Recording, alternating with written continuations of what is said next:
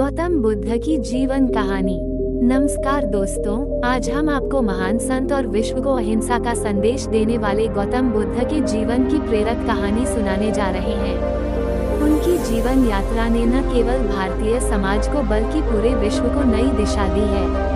आइए उनके जीवन के महत्वपूर्ण पड़ावों पर एक नजर डालें। प्रारंभिक जीवन। गौतम बुद्ध का जन्म 563 BC नेपाल के लुम्बिनी में हुआ था। उनका असली नाम सिद्धार्थ था। वे शाक्य वंश के राजा शुद्धोधन और रानी महामाया के पुत्र थे।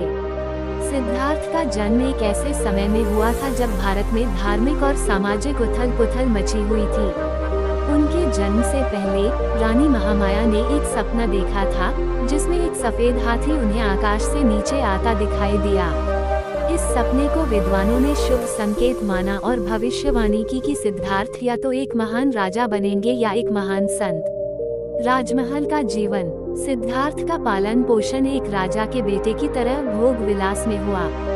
राजा शुद्धोधन ने ये सुनिश्चित किया कि सिद्धार्थ को किसी भी तरह का दुख या कष्ट न हो।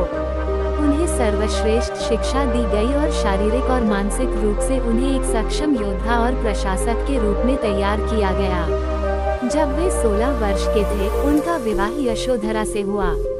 यशोधरा से उन्हें एक पुत्र प्राप्त हुआ, जिसका नाम राहुल रखा गया। सिद्धार्थ का जीवन एक आदर्श राजकुमार के रूप में चल रहा था, लेकिन उनका मन हमेशा कुछ और खोजने के लिए बेचैन रहता था। दुख और संसार की असलियत का अनुभव। सिद्धार्थ के जीवन का महत्वपूर्ण मोड़ तब आया जब वे एक दिन अपने रथ पर सवार होकर राजमहल से बाहर निकले। उन्होंने 4 महत्वपूर्ण दृश्य देखे: एक वृद्ध व्यक्ति, एक बीमार व्यक्ति, एक मृत शरीर और एक सन्यासी। इन 4 दृश्यों ने उनके मन में गहरे प्रश्न उठाए। उन्होंने सोचा, ये संसार दुखों से भरा हुआ है, हर इंसान को इन समस्याओं का सामना करना पड़ता है, लेकिन इसका समाधान क्या है? ये प्रश्न उनके मन में गहरे बैठ गए और उन्होंने ये ठान लिया कि वे इस दुख का समाधान खोजेंगे। संन्यास और सत्य की खोज। इन विचारों से प्रेरित होकर 29 वर्ष की आयु में सिद्धार्थ ने राजमहल, परिवार और सब भोग विलास को छोड़ दिया और संन्यास ले लिया। वे साधना के मार्ग पर चल पड़े और सत्य की खोज में जंगलों की ओर निकल गए। उन्होंने कई वर्षों तक कठोर तपस्या की, लेकिन संतोष नहीं मिला।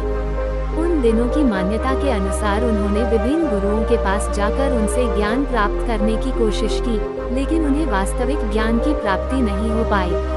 अंततः उन्होंने मध्यम मार्ग अपनाने का निर्णय लिया। ज्ञान की प्राप्ति। सिद्धार्थ ने बोधगया में बोधि वृक्ष के नीचे बैठकर ध्यान करने का निर्णय लिया। वे इस प्रण के साथ बैठे कि जब तक उन्हें ज्ञान प्राप्त नहीं होगा, वे इस स्थान से नहीं उठेंगे। कई दिनों और रातों तक गहरे ध्यान में लीन रहने के बाद उन्हें आत्मज्ञान की प्राप्ति हुई। वे अब सिद्धार्थ नहीं रहे, वे बुद्ध बन गए, वह जो जागृत हो चुका है। उन्होंने जाना कि संसार के दुखों का कारण हमारी इच्छाएं और तृष्णा है। इन्हें त्याग कर ही हम सच्चे सुख और शांति को प्राप्त कर सकते हैं। धर्म का प्रचार। ज्ञान प्राप्ति के बाद बुद्ध ने अपने ज्ञान को पूरी दुनिया के साथ साझा करने का निर्णय लिया।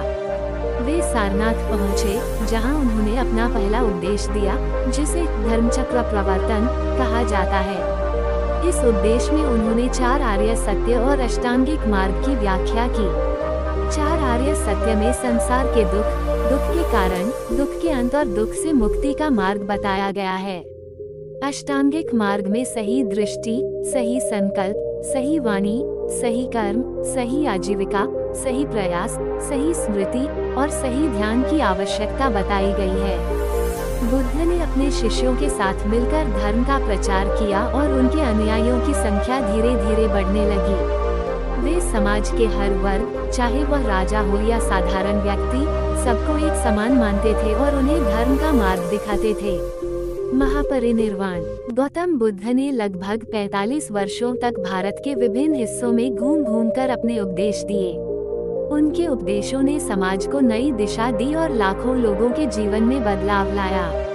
जब वे 80 वर्ष के हुए, तो उन्हें यह आभास हुआ कि उनका जीवन अब समाप्ति की ओर है। कुशीनगर में उन्होंने अपने अनुयायियों के बीच महापरिनिर्वाण प्राप्त किया। बुद्ध की मृत्यु के बाद उनके अनुयायियों ने उनके उपदेशों को संकलित किया और उन्हें त्रिपिटक नामक ग्रंथों में संग्रहित किया। उपसंहार: गौतम बुद्ध का जीवन और उनके उपदेश हमें ये सिखाते हैं कि सच्चा सुख और शांति केवल बाहरी चीजों में नहीं, बल्कि आंतरिक संतुलन और सत्य की खोज में है। उनके द्वारा दिए गए 4 आर्य सत्य और अष्टांगिक मार्ग आज भी प्रासंगिक हैं और हमें जीवन जीने की सही दिशा दिखाते हैं। आइए हम भी उनके बताए मार्ग पर चलकर अपने जीवन को सार्थक बनाएं और दूसरों को भी इस मार्ग पर चलने के लिए प्रेरित करें।